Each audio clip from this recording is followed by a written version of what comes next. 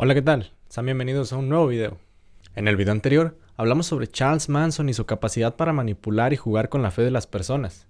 En esta ocasión hablaremos sobre un caso en el que el fanatismo y la fe llevaron a cerca de 900 personas a cometer el suicidio masivo más grande de la historia, dejando un saldo de 913 muertos, entre los que se encontraban poco más de 200 niños. Para entender cómo sucedió este atroz acto tenemos que remontarnos bastantes años atrás y conocer al responsable de esta masacre, Jim Jones. James Warren Jones, o mejor conocido como Jim Jones, nació el 13 de mayo de 1931 en una pequeña comunidad de Indiana en Estados Unidos. Su padre, del mismo nombre, fue un veterano de guerra. Este padecía de una enfermedad pulmonar debido a los gases que había estado expuesto en las trincheras de la Primera Guerra Mundial. Y su madre, Lynette Putman, una mujer trabajadora que además de ser el sostén de la familia, siempre le inculcó a Jim el amor hacia los animales y una gran preocupación por los marginados. Como la madre de Jim pasaba largas jornadas trabajando, Jim quedó a cargo de una vecina. Esta vecina empezó a llevarlo a la iglesia y le inculcó el catecismo. Enseguida, Jim quedó fascinado. Admiraba tanto el impacto que tenían los pastores y predicadores con las personas, y le gustó tanto la iglesia que empezó a recoger animales de la calle y hacía reuniones con niños de su barrio para predicarles. Desde muy pequeño, Jim asistió a la iglesia evangélica pentecostal, y durante toda su infancia y adolescencia continuó predicando a los niños del barrio. Jim daba sermones de 1 o 2 horas hablando sobre temas religiosos, lecciones de la vida y lectura de algunos libros. En 1948, su madre se divorcia de su padre y se mudan de ciudad. En esta nueva ciudad, continúa predicando, y además, a falta de dinero, tiene que empezar a trabajar parcialmente. Aquí, Jim empezó a trabajar en un hospital, lugar en donde conocería a Marceline, quien un par de años más tarde se convertiría en su esposa. Ella, al igual que Jim, era muy religiosa. Sin embargo, cuando Jim tenía 20 años se afilió al Partido Comunista y abandonó repentinamente todas sus creencias religiosas. Aún así, casi al mismo tiempo descubrió la iglesia metodista, que era más abierta socialmente que otros movimientos, por lo que rápidamente combinó sus ideologías con su fe. Hasta que finalmente, en 1952, decide convertirse en pastor y desde un principio Jim predicaba la igualdad. Para él, no había distinciones entre razas o géneros. Tanto era así que en 1954, como pastor asociado de la iglesia evangélica, entró en conflicto con sus superiores porque insistía en que los negros se sentaran en las primeras filas. Además de esto, también adoptó a niños de distintas razas y otras culturas para demostrar su apoyo a la diversidad, a quienes denominaría como la familia arcoíris. También, casi al mismo tiempo, empezó a interesarse por las sanaciones. Hacía sesiones de sanación e incluso, en una ocasión, le aseguró a un fiel seguidor que le había curado un cáncer que había hecho metástasis en su cuerpo. Para el año siguiente, Jim ya tenía hecha una reputación como sanador y evangelista. Además, su idea era brindar ayuda comunitaria y brindar servicios principalmente a los negros. Ideas que, por supuesto, en ese entonces la iglesia no aprobaba. Por lo que al año siguiente creó la primera versión del Templo del Pueblo y creó la iglesia Las Salas de Liberación. Su iglesia fue creciendo cada vez más. Jim, marcado por la desigualdad que había visto durante toda su vida, la usó como base para sus sermones. Para él, la misión de su iglesia era ayudar a los más necesitados, y de hecho, así lo hizo. Creó guarderías y comedores que realizaban actos de caridad a la gente. Y así fue durante un buen tiempo, hasta que llegó el primero de los problemas de Jim. Un grupo de 8 personas que abandonaron su iglesia, para después acusarlo de hipócrita, racista y clasista. Un golpe bastante duro para quien profesaba supuestamente la inclusión de la raza negra y de la clase baja. Sumado a esto, empezó a notarse la inestabilidad mental de Jim, empezando a sentir terror por un posible holocausto nuclear, según él. Estas cosas hicieron que Jim, acompañado de Marceline y de los niños arcoíris, se mudaran a Brasil. Allí, estando en Brasil, Jim recibía de la iglesia dinero, acompañado de muchas cartas de seguidores pidiéndole que por favor regresara. Así que Jim volvió, empacó todo y volvió junto con su familia arcoíris a Estados Unidos, donde volvería a juntar más personas y crearía el Templo del Pueblo. Para este punto, Jim se sentía en lo más alto. Parecía una especie de Elvis Presley evangélico con el mismo peinado y sus infalibles lentes oscuros. La guerra de Vietnam, el movimiento hippie y más cosas impulsaron a Jim y el Templo del Pueblo. Llegó a tener incluso varias sedes y más de 2.500 seguidores fieles. En este punto, Jim decía ya no creer en Dios, sino que él mismo era Dios. En este Templo del Pueblo, Jim tenía un grupo selecto de chicas, que en su mayoría eran blancas, jóvenes y de gran conocimiento cultural, a las cuales Jim les daba ciertos privilegios a cambio de tener sexo con él. Pero los problemas no habían acabado para Jim y su iglesia. En 1972, un grupo de desertores publicarían una nota sobre el templo del pueblo, en donde hablaban de torturas e incluso de asesinatos dentro de la iglesia. Por supuesto, esto hizo enloquecer a Jim. Y no solo eso, sino que también empezó a llamar la atención de la CIA. Con el paso del tiempo, Jim estaba cada vez más paranoico. No solo por las acusaciones y las investigaciones sobre él, sino porque había comenzado a consumir drogas que deterioraban cada vez más su condición mental. En un momento de su paranoia, Jim empezó a pensar en grande. Un paraíso en la tierra. Así que con un discurso de salvación le aseguró a sus seguidores que él mismo construiría un paraíso en la tierra lejos de Estados Unidos y de la sociedad capitalista.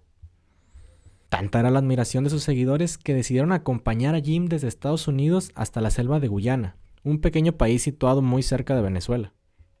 Este fue el lugar ideal ya que hablaban inglés y además el gobierno le daba todo tipo de ayudas a extranjeros, por lo que Jim fácilmente pudo comprar 140 hectáreas donde sería construido su paraíso, Johnston. Este lugar al principio se llamaría Proyecto Agrícola del Templo del Pueblo, pero a Jim le pareció buena idea que llevara su nombre, por lo que acabó siendo conocido por Johnston. Sin embargo, desde el primer momento fue todo lo contrario al paraíso que se les había prometido. Jim les exigía a sus seguidores que trabajaran largas jornadas los 7 días de la semana para la construcción del pueblo. Se les alimentaba únicamente con arroz y además se les obligaba a cortar cualquier vínculo familiar y con el mundo exterior. Jim también había creado una atmósfera de miedo y amenaza continuo, fomentando su idea de un inminente fin del mundo y que el anticristo estaba encarnado en el capitalismo. Todo esto llegó a oídos del congresista Leo J. Ryan, quien, en noviembre de 1978 y junto con algunos periodistas y algunos exmiembros de la secta, decidieron acudir a Johnston para averiguar si los miembros estaban allí obligados, además de las acusaciones sobre abuso sexual, palizas a los miembros y explotación laboral. Se sabe que cuando Jim se enteró intentó impedir la visita del congresista y de su equipo, pero al fracasar en sus intentos organizó una especie de fiesta de bienvenida para Ryan, en donde el ambiente parecía de total armonía. El 17 de noviembre, los miembros de la secta recibieron al grupo con aplausos, todos aparentemente felices con su visita. No fue hasta en la noche, mientras que se realizaba el banquete, que Dan Harris, uno de los periodistas, recibió un papel suplicando ayuda. Este rápidamente le mostró a Ryan. A la mañana siguiente, Harris empezó a entrevistar a varios miembros. Muchos decían que amaban Johnston, y otros no tanto. De hecho, se sumaban para escapar en el avión en el que se iría el grupo de periodistas y el congresista. Por su parte, Ryan confrontó a Jim, preguntándole qué era lo que en realidad estaba pasando, algo que hizo que todo se pusiera tenso, y que además provocó que un fiel seguidor de Jim atacara a Ryan tratando de apuñalarlo, dejándolo con algunas heridas, pero dentro de lo que cabe, bien. Debido a esto, Ryan adelantó su regreso a Estados Unidos. Junto a él, había 7 personas que estaban dispuestas a abandonar Johnston, algo que molestó aún más a Jim.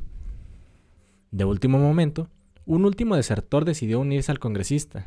Sin embargo, desde el primer momento todo el mundo empezó a sospechar de él y de sus intenciones. Cuando se estaban acomodando para despegar de la isla, apareció una camioneta que iba siguiéndolos, y junto al último desertor, abrieron fuego contra todos los pasajeros, donde le quitarían la vida a 5 personas, entre ellas, el periodista Dan Harris y el congresista Ryan. Jim, por supuesto, ya estaba enterado de lo ocurrido con el congresista y los periodistas, así que reunió a sus seguidores y les comenzó a dar un sermón. Decía que tras el asesinato del congresista volverían y destruirían Johnston, por lo cual ordenó ese mismo día el suicidio masivo de todos los integrantes de la secta.